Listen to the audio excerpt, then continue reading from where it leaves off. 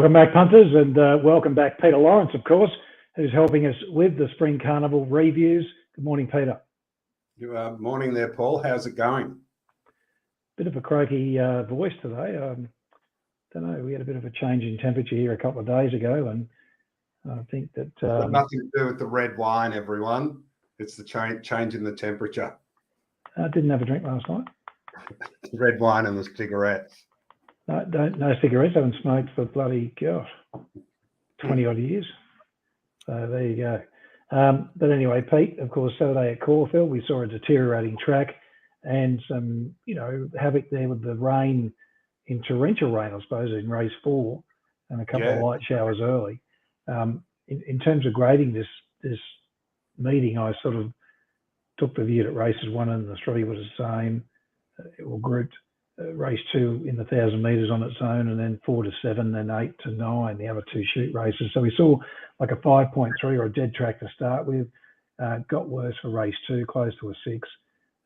The race 3 1,000 metre race, or should I say the race 3 1,400 metre race, was on around about a 5.3 also, and then we went straight down to an 8.6 in race 4. So heavy track, and it made it a tough meeting for a lot of people doing the form and trying to have a bet in the markets for doing some silly things in some races there. And what do you have to say about it all? Well, it certainly was an unusual day with such heavy rain. I'm not sure I've seen a race run in such torrential rain as the aft cabin race. And I guess that if you're trying to do the back form on these sort of tracks, the way I approach it is to have an idea of what I thought would happen beforehand, and try not to let horses improve too much in the ground. So I guess what you see is what you get, really. Everyone's had a run. Don't discount the fact that horses have had a run, but I wouldn't be going crazy about the performances of any of the winners. I'd be just looking at what they can do normally. That's the way I approach these sort of meetings. It'd be fair to say that exceptions to the rule there would be for the lightly raced horses, yes? Yeah, absolutely. If you expected them to improve, allow them to make that improvement. But I'd be careful about improving horses too much on heavy tracks. Indeed. Okay, so race 1 there to 2,000 metres, 78. Solid tempo early. By the time they got to the 600, above average, certainly. And Peter, what were your ideas coming into this race, and what are you thinking about the race post-race? It's just a average sort of benchmark 78. I wouldn't get too excited about it. Unique Artist has gone back to, I would have thought, her best form, which is 2,000 metres at Caulfield and 2,000 metres at Flemington. She's an honest mare when she's in form. Thought it was a good run by Global Gift, setting up that long lead, but I wouldn't be looking at anything that finished behind them to be going forward. And I think those horses that even finished first and second have just reached their level. I think you're right there. Global Gift is such a consistent rating horse. I mean, this preparation in its last 4 starts, I've got it basically going within a pound of the same rating, albeit the Moonee Valley run over 1,600 metres where it was caught 3 wide. It went back a bit, but deserves some credit. Did have first use of the track, Pete, and but ran out there and went a quick tempo and only got beat 1.75. So look, my thoughts were that the inside section was a bit compromised, but it gradually got worse during the meeting and more amplified. Yeah, I think that's probably right. Nothing to follow out of race 1 then? Nothing to follow out of race 1. Okay, the lone 1,000 metre open handicap in race 2 saw a solid tempo. Lascar's got the job done, Pete, in a close finish. We got basically almost a dead heat, and what about 5 horses covering the first couple of lengths? So what did you have to say about this race, both going in and post-race? Look, I thought it was a tricky race going into the race. I think it's a poor race coming out of it. Lascar's was a maiden before this race and was beaten in a maiden at Geelong last start. I wouldn't expect that these 3-year-olds would be featuring in any of the big races going forward. I do think that Cannonball's had a interrupted campaign and nothing ever seems to go right for him. He was stamped urgent the other day in Sydney and went out with quite a long lead today. And on Saturday, he drew wide. They tried to ride him back off the pace. He loomed up, but faded late. I think he can win a 1,000-metre race somewhere. But the problem with him is he keeps copping this penalty for those early 2-year-old wins. So, well, he doesn't. He hasn't made the age improvement, to those early runs, has he? Probably not. No. So I wouldn't be. There's nothing in that race at all that I'd be looking to follow going forward. Extravagant Star, disappointing, Pete. I mean, it was 13-4 in the market there on an adjusted price. Although went awful. She had that one run on the bog track at Randwick and ran poorly, so maybe she doesn't handle the wet. But she did seem to be, well, a lot of horses do seem to be travelling on the wet ground, and then when they let off the bit, they start floundering. I wouldn't completely knock her, but you got to forgive her going forward. You have to forgive her going forward for sure. Yeah. Okay. Race 3 to benchmark 90 over 7 furlongs. Solid tempo here. We saw Pride of yes, I'm saying a solid tempo. Look, but in saying that too, there was no real competition for Pride of Jenny early. No, they weren't putting any pressure on her. Well, that strong wind was blowing at that stage. Everyone was looking to get cover and run on. Pride of Jenny got control of the race. Second run in, I think, for Kieran Ma, and went right back to her best form. The only thing I'd say with her going forward is she can seem to lose form quickly after she runs well early in a campaign. So I wouldn't be banking on her improving at her next start, but certainly that was the best that she can do. I thought Mega Mia probably went to a new peak. Saigon did the classic Chris Waller thing of racing well first up and then being a bit bruised second up. She was disappointing. She was there, I thought, to win it, but faded late. And I guess the jury's out also with Zuzarello. That's 2 unplaced runs this campaign, 3 unplaced runs last campaign. So I'd be careful about her going forward, but there's nothing there that I'd be looking to follow. Sorry if all this is a bit how's your father? It's a bit of an ordinary meeting, isn't it? Like in that it is a hard meeting too. Look, with Pride of Jenny, I did have it going better second up last prep at Flemington behind Silver Star. Yeah. I don't think she's gone as good as that here, probably a couple of lengths below, maybe. But, with Kieran Ma, he's got a great record of improving horses. He does. But I do concur with what you're saying. In recent preps, she's had shortened preps. In the first preparation, though, she did have 5 runs and did seem to improve through those runs. Right. So, it's probably a bit early to tell, isn't it? It's a bit early to tell, but that race on Saturday was her race. There was queries about so many of the other runners, and some of them are first up, and Zuzarello had run poorly first up. Had Saigon going second up after probably one of the best runs first up. And the mare that ran second is not any, bold stroke. So I'm just careful going forward, but a good win by Pride of Jenny. Okay, on to the Caulfield Guineas prelude here, Pete. It's another solid tempo here. We saw Apt Cabin sit up on the speed in torrential rain and probably advantaged it or flattered it a little bit. I've got it going to a new peak after 4 runs, but not surprising. But perhaps with the in-run, you might want to take a little bit off that. What are your thoughts? Yeah, I agree with that. I thought that the thing that I loved about it was it just travelled. I know it was outside the leader and there was no kickback and it was torrential rain and all of that, but it just travelled so strongly the whole way. You could see 600 metres out. There wasn't another horse that was going to be competitive with it. And I thought it was a great run at the previous start where they dropped it back in distance and it still only just got beaten late.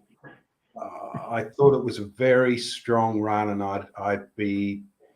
I'd be interested in that horse going forward into the Caulfield Guineas, which this year's 3 weeks away from the previews, which is unusual. But well, there was 21 days going into that run between runs on Saturday, and that was probably a blessing in disguise. I mean, the only thing is, fifth up in first preparation, Caulfield Guineas. Is that not a worry for you?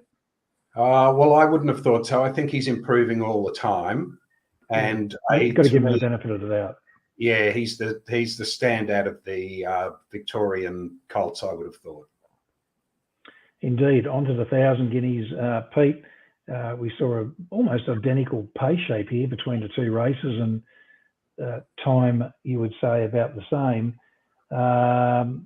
Fast early, solid by the time they got to the 600. What was your thinking going into this race and post race? What do you have to say? Look, I thought it was really knocked around, obviously, by the scratchings and the wet track. As opposed to the Colts and Geldings race, I thought this was a very, very weak race. And if I had owned any of those horses that ran second, third, or fourth in the race in Sydney behind Zougotcha, I'd be whipping them on down to Melbourne straight away. I know the Flight Stakes this year's 10 days before the 1,000 Guineas, so must be 24 or 25 days away from Saturday. But it's no easy task to run in the flight and then win the Caulfield Guineas. But those Sydney fillies are just a mile ahead of these fillies. I thought it was a poor race, notwithstanding the winner finished strongly, but I couldn't put flattered. Excuse me. I couldn't put the answer anywhere near those first 4 fillies across the line in the race in Sydney. And that was a 6-run this preparation. Now it's a new peak for me, but it was flattered, and I'll be winding that a little bit back when I get the verified times and make some in-run adjustments. She's lickety split, disappointing. I mean, I'm always a bit against these New Zealand sprinters when they come here. It wasn't much of a ride, I must say, just being stuck out there in no man's land. I thought she went okay, but again, she could be the one that does improve because she does have some form around Wolverine. So there's a bit of a line there. So I wouldn't be completely discounting her, but I wouldn't be. It's funny. It's funny you mentioned Wolverine. I mentioned that on the show earlier with John on the Sydney review, and for me it was just a run. I think she was flooded. Best part of the track, had the pace on. Yeah. I'm not saying she can't win a nice race, but I think she'll be overplayed. She'll be overplayed. People were carrying on about how she was flashing home. Darren Flindell said she flashed home, but she didn't really flash home. No. She worked home strongly, but it wasn't. She'll be every year in these 1,000 Guineas races, Flight Stakes, Caulfield Guineas. The horse that gets back in the field and runs on is heavily overplayed by people thinking they'll be better suited at the mile, and they almost never win it. It's always the horses with the best form that win those big races. The only horse I'd follow out of this race is there's a horse called Bon Hur. If it's not a blinker horse, I've never seen one. It loses concentration, drops out, charges home. I'm not sure it's being that well handled, but I thought that it wasn't a bad run. Okay, let's get on to the Naturalism race 6 over 2,000 metres. Average tempo here, Pete. Interesting race. We saw the Quinella here not the Quinella, I should say, first and third here for Ma Eustace. Both going to ever so slight new peaks for me before I do any final adjustments. I thought Uncle Bryn's run was really good. What did you say? Well, poor old the connections of Uncle Bryn, they just can't get an even break. The last start it was at Moonee Valley on a heavily biased track and had to make a wide run, and then they draw the good gate today, and the fence is off. I thought he was a bit unlucky. It was a great ride by Daniel Moore. He cut the corner, came out into the middle of the track, gave it every possible chance given where it was drawn, but just that last little bit being inside on Smoke and Romans, I thought disadvantaged him. Look, I didn't think Gold Trip was too bad at all. given that 49 days between runs in those conditions. It was a decent run, wasn't it? Yeah, no, I thought it was good. I thought he went about a length better than he did first up, and I would have thought he's right on target. These big races, like the Caulfield Cup's $5 million race, and it's going to be no better than just a normal Saturday handicap. I wouldn't be discounting him. He's lightly raced. He's a genuine overseas Group 1 performer. I think Gold Trip's still on track to run well in the Metropolitan or the Caulfield Cup. And Uncle Bryn's flying. He's flying. Get him to 2,000 metres with a bit of pace on, where he can settle back and run on at Flemington or Sandown, or he'll be very hard to beat. But it's no good running places in these races all the time and copping the penalty either. So, indeed. Okay, let's go on to the Sir Rupert Clarke there, of course, the Group 1 handicap. And we saw an average tempo here. No, we didn't. No, we saw a fast tempo here. My apologies. My notes were wrong there. Cowsign Mav got the job done. This is a horse I've always had a bit of an opinion on. You and I have spoken about him before, Pete. yeah. He can pull in that one big run, and he seems to have done it again at Caulfield. On Superman, I thought was pretty good given the circumstances, and even Tuvalu, I've got it going to probably its best form. What do you have to say? I just thought what you see is what you get there. I thought I Am Superman went as good as he can go. I thought Calcine Mav, I had him going almost identically to his best run, which prior to that was a second at Caulfield behind Earlswood. I thought Tuvalu, I thought that he was probably a couple of lengths off his best, having been worked a bit early, and the Lindsay Smith horses aren't typically first up horses. So I thought that he could improve, but I don't know where you're going to go with him. But I thought Tuvalu probably had a couple of lengths improvement.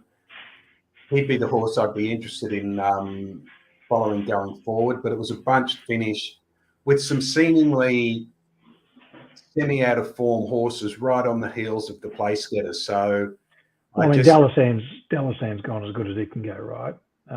In terms of, form over the last couple of preps. Yeah, that's probably right. And Law of Indices has, gone back to something towards his best form, which I've got being at Rosehill behind Forbidden Love in a Way for Age race one day. But I just thought there's nothing really interesting I could say with that race. Tuvalu, I thought probably the horse to be interested in going forward. Banker's Choice looks like it's come back reasonably well. Probably still got a bit of improvement in it.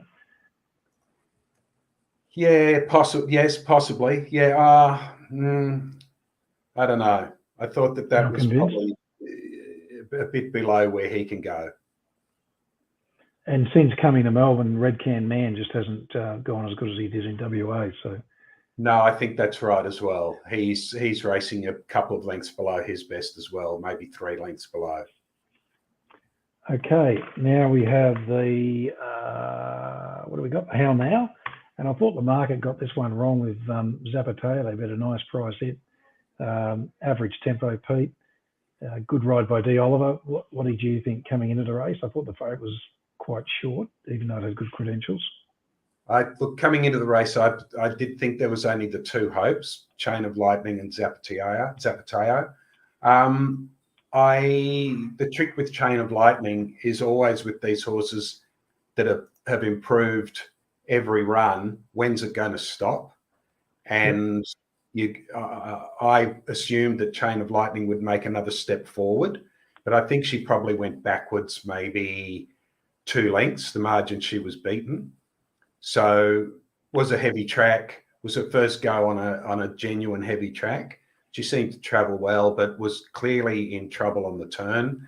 And Zapateo's gone, I thought, as well as he did at first up at Scone when he won, that listed race, 1,100 metres, and a good run by Lavish Girl that was having a Kieran Maher horse first up. And she, I think, is likely to keep improving. So Lavish Girl would be the one I'm following, and I'd be Do you think careful. with Lavish Girl, I mean, this was its first real go on a heavy track. Do you think it'd be a better horse back on the dry? Hard to tell. Look, I thought she went as well as she went at Caulfield when she won the Group 2 over 1400. And she did improve all the way through that last campaign. And in fact, her best run was eighth up, although she was 49 days off that time. So maybe she is a particularly good fresh horse, but I think she's the one to follow going forward. And Zapateo can probably keep improving with his best run last time in fourth up. I thought that was a pretty strong race, to be honest. Yeah, okay. And of course, the last race, Pete, the 1100 metre open. What have we got here? Average to above average tempo, I suppose, by the time we got to the 600. Ingratiating, which I was a little bit surprised about myself. What did you think coming into the race? Look, I thought it was a real trap race. I thought that Cerades was the best horse in the race, but Mark Kavanagh's got a terrible record with horses first up. I think he's only had one first up winner in the last year, so I didn't want to be losing a lot. Yeah. Yes, losing a lot. I thought Prince of Boom was the query runner because he had that sort of forget run first up at Moonee Valley where he was wide and they just did nothing with him, just sort of let him go round. But I think he was terribly disappointing on Saturday. He had the race made to order with the wet track, sat outside the lead, but was disappointing. I was shocked at the support for It's Our Time, given Danny O'Brien's poor first up record, but he ran very well and really looked like he was going to, probably win it a couple of 100 metres out. And I thought Ingratiating was terrific. The only word of caution I'd have is he seems to do his best first up, but I wasn't shocked that Ingratiating won it. And he's a good first up horse, but whether he'll do it again next start, that's the query with him. Yeah, that's true. Look, I expect bless her in the race at long odds, and there was a bit of support for her as well. And I think her best form is at Caulfield on sort of sticky tracks, but yeah, she's well exposed. Yeah, and It's Our Time was a good run, wasn't in the best position, ran home hard. It's probably got a couple of lengths improvement up its sleeve, I would have thought. I think that's a fair comment for sure. So going out of this meeting, Pete, is there any particular horse that you want to give punters as something to follow? Oh, look, I hadn't even thought of that. If there was one, I'd say it's Gold Trip. I'd be giving him another chance next start. I thought the rain sort of conspired against him. And I thought that Aft Cabin's doing all the right things to be the genuine Caulfield Guineas pick at this stage from the Melbourne horses. And the other tip I'd give is I think people should be jumping on the $8 I'm Thunderstruck in the Cox Plate, because if he wins at Sandown on Sunday, he'll be much shorter. And if Animo doesn't start in the Cox Plate, well, he'll be even shorter again. So what do you think? What do you think about that? I mean, Animo pulled up lame 3 out of 5, and then they've cleared it now. But I mean, in terms of its impact during its preparation now, it's I think it's nommed for the Golden Eagle and the Cox Plate. To me, the Cox Plate was its best ever run. And that's the race I'd like to go and see it starting. But what do you think that means now? Do you think they'll press on and continue, or you think that's a bit of a negative? I think it's certainly some sort of negative. And he did have that an issue going into the Queen Elizabeth Stakes, which was a blood issue. So it is a worry. Just the last thing you'd want to be seeing is him being 3 out of 5 lame any old time. Not saying it's the end of his prep, but it's got to be some sort of concern. Look, I've actually got it going back on Saturday. I don't know if you've had a chance to do Sydney yet, but I've got it going back about, or maybe a length on what it did first up. So what do you think? They say great minds think alike, but greater minds think differently. I've got him going slightly forward, but notwithstanding, he had the race sort of handed to him on a plate where everyone just let James McDonald get across and sit outside the lead with no sort of competitive riding. I was shocked to see Brenton Avdulla not push up on Profundo and try and keep him out wide. But look, I thought he was great. I thought if he wasn't 3 out of 5 lame, he'd be just right on target for the Cox Plate. But I am concerned about it. And having said that, I'm not even sure right at his best. If I'm Thunderstruck can improve again on Saturday and show that he's still got that potential to keep on improving, I think both him and Mr. Brightside would be, if they won on Sunday, would be much, much shorter in the Cox Plate. And that'll be interesting on Sunday too, with Mr. Brightside getting the advantage of that hot Moonee Valley track that day. For me, I had his rating a little bit less than maybe a length, I think, from memory, less than I'm Thunderstruck winning last time. Yeah, no, I think that's probably right, and it just depends who turns up on in that race on Sunday, whether anyone can put any pressure on Zaki or whether Zaki will get the run like he did in the All-Star Mile, where just nobody seems to do anything. And of course, going forward, people aren't going to want to ride the best horses out of their comfort zone. But if there's a genuine tempo there, I think Thunderstruck's a great chance of bowling them over there. I think you're right. Thanks, Pete, as always. And of course, we'll be back next week for the edition. We'll do obviously the Sunday meeting next week, given that Saturday's the standalone and set at Mornington. So we'll be doing the Sunday Metro, and we'll catch you then. Thanks very much. Thanks, Paul. See you.